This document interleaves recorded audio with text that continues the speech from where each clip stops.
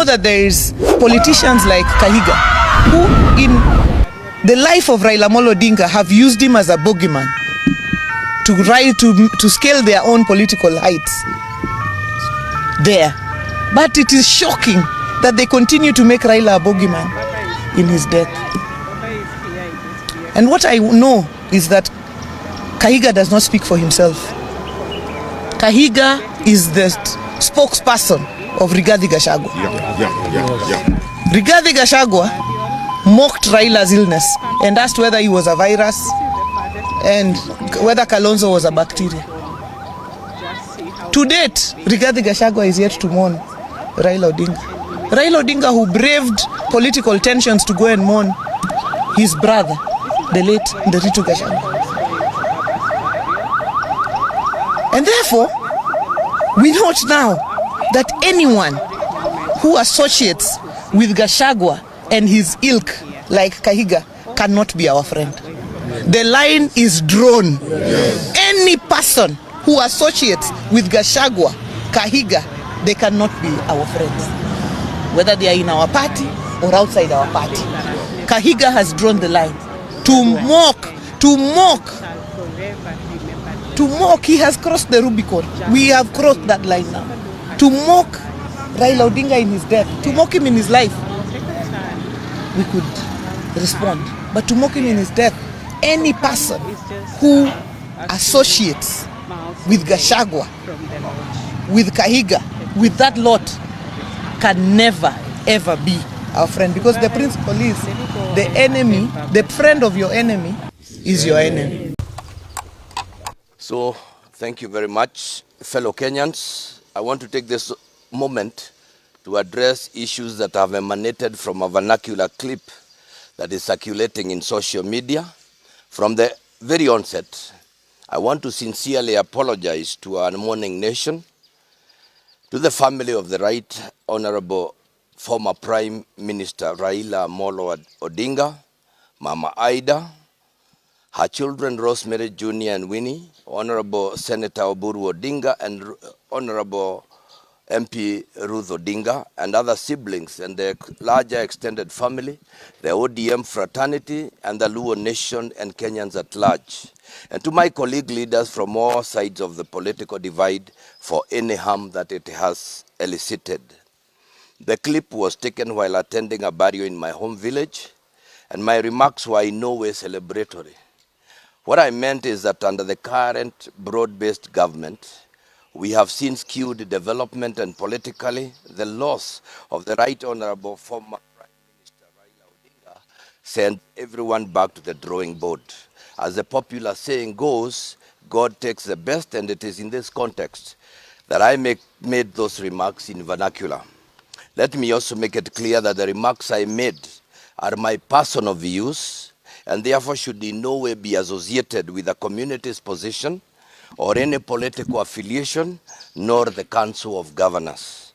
Finally, in noting the huge public interest that this issue has generated, I am taking responsibility of the real and perceived meaning of my remarks, and as a result, therefore, I have decided that with immediate effect, I am going to step down as the Vice Chair of the Council of Governors.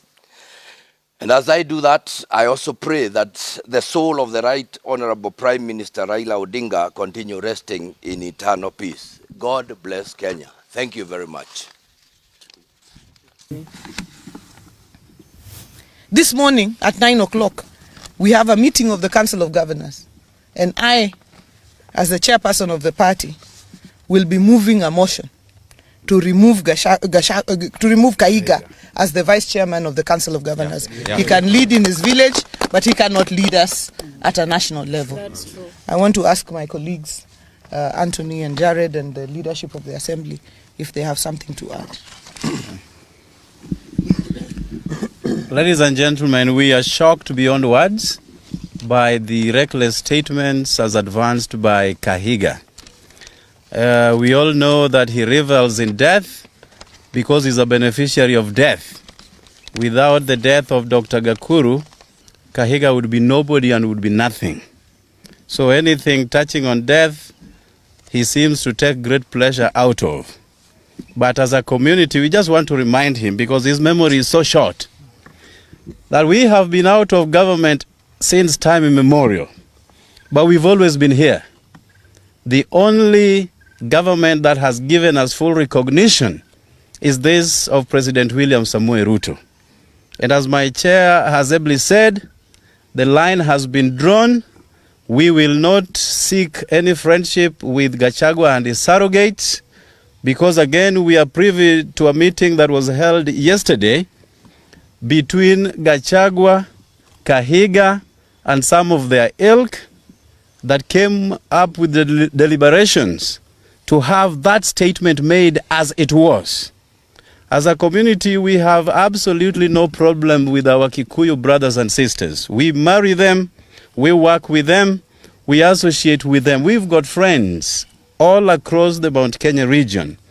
But Kahiga and Gachagua, as we go into our next elections, Baba put us into this government, and we have to make that very clear.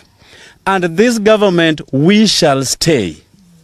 Anybody harboring any ambition of approaching us, time is long gone. We are not ready for any further association, any further negotiation, but with this government. Thank you.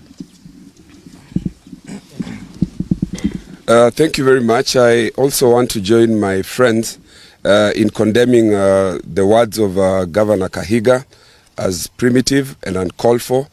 You will recall that Gachagua, and I agree with our governor here when he says that the owner of this dog, and permit me for using that word, is Rigathi Gachagua himself. So we must place this filth at the doorsteps of Honorable Rigathi Gachagua.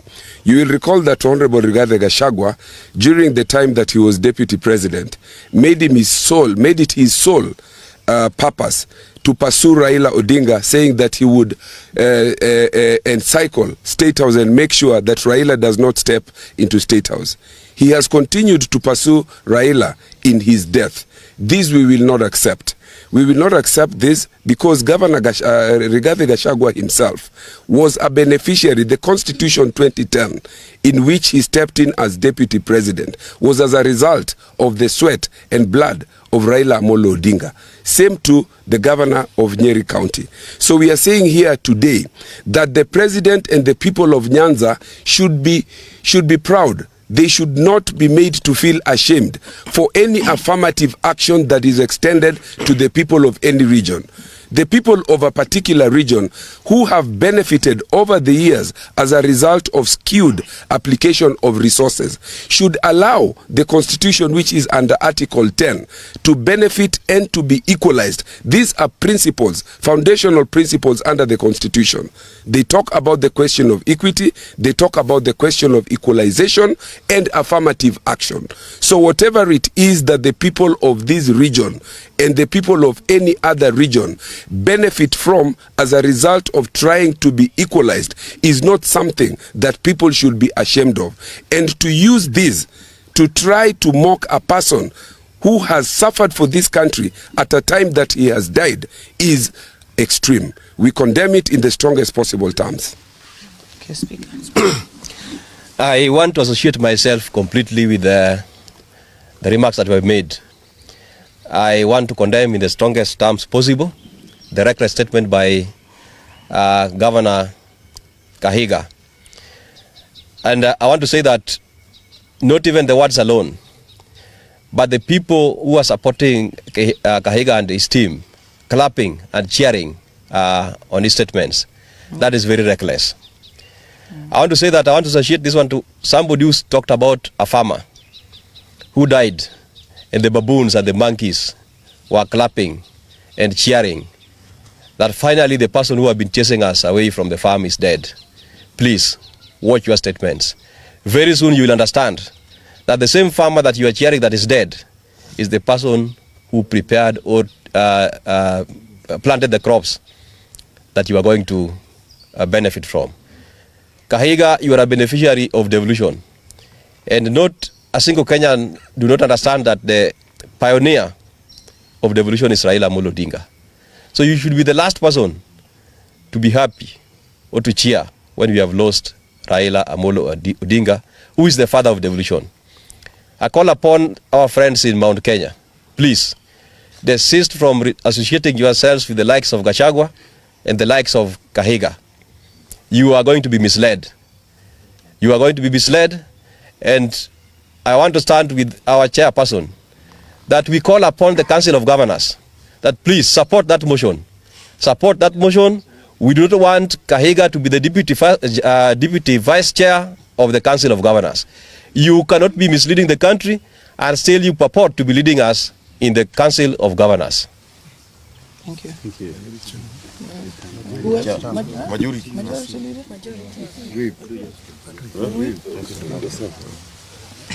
Thank you very much, Your Excellency and members of the press. As the chair of ODM as the vice chair of ODM in this region, I want to associate my sentiments with the statements made by my chair, Governor Gladys Wanga, and the colleagues, members of parliament.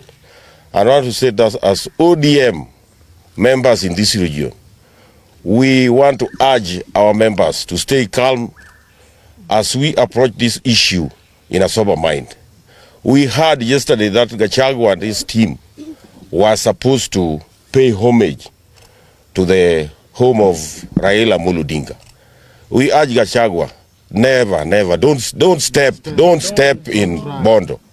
Don't step in Bondo, as your statements are not very, very friendly to us as ODM. Otherwise, I urge our members to stay calm as we approach this issue in a sober mind. Otherwise, thank you and thank you very much.